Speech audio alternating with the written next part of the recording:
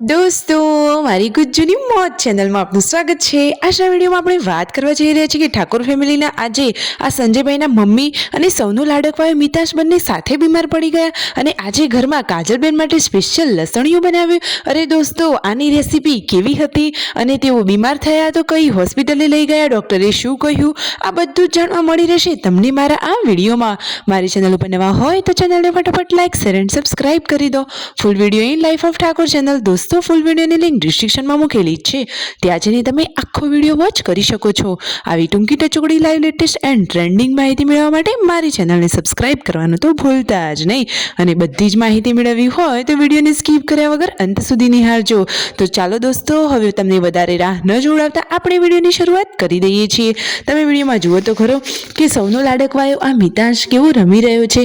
અરે હાલ તો એ એમના બાના ખોળામાં બેઠો છે।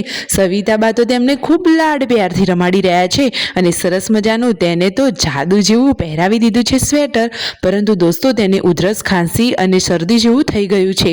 હાલ તેની તબિયત સારી નથી અને તેમના મમ્મીની ખબર લેવા માટે ગયા હતા તો આવી ગયા છે। થોડા ઉજાગરા થયા અને ઠંડીવાળું મોસમ હોવાના કારણે તેમને પણ થોડું શરદી અને માથું દુખતું હતું।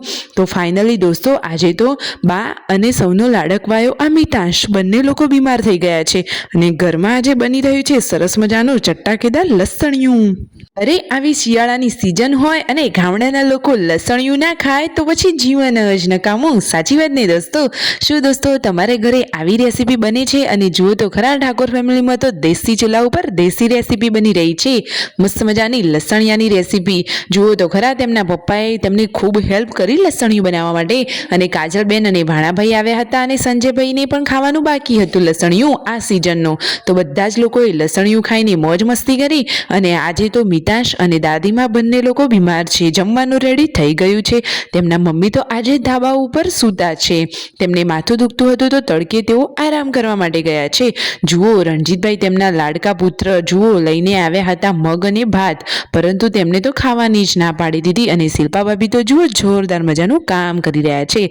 અરે શિલ્પા ભાભી કોઈ કામમાં પાછા પડે એવા તો છે જ નહીં। જુઓ તો ખરા, ગામડાનું દેશી જીવન અને હળીમળીને રહેવાની તો મજા જ અલગ હોય। તો ફાઇનલી આજે રણજીતભાઈ હવે થાર ગાડી લઈ તેમના મમ્મી સવિતાબા અને તેમના લાડકા દીકરા મિતાશને લઈને હોસ્પિટલે જઈ રહ્યા છે। દોસ્તો પાર્વતી ભાભી મિતાશને લઈને ગાડીમાં બેસી ગયા છે અને ફાઇનલી હોસ્પિટલ પહોંચી ગયા। મિતાશની ટ્રીટમેન્ટ ચાલુ છે, તેનું વજન તો 6 કિલો થયું છે દોસ્તો। તેને દવા લઈ લીધી છે, ડૉક્ટરે વાયરસનું ખાલી શરદી ઉધરસનું કહ્યું છે। હવે તેઓ મમ્મીને દવાખાને લઈને જઈ રહ્યા છે, તેમને પણ દવા લઈ લીધી, ડૉક્ટરે તેમને દવા આપી છે અને હાલ તેમને અશક્તિ જેવું છે તો થોડું આરામ કરવાનું કહ્યું છે। આ બંને લોકો જલ્દીથી સાજા થઈ જાય એવી જ પ્રાર્થના। વિડીયો ગમ્યો હોય તો ચેનલને લાઈક શેર એન્ડ સબસ્ક્રાઇબ કરી દો।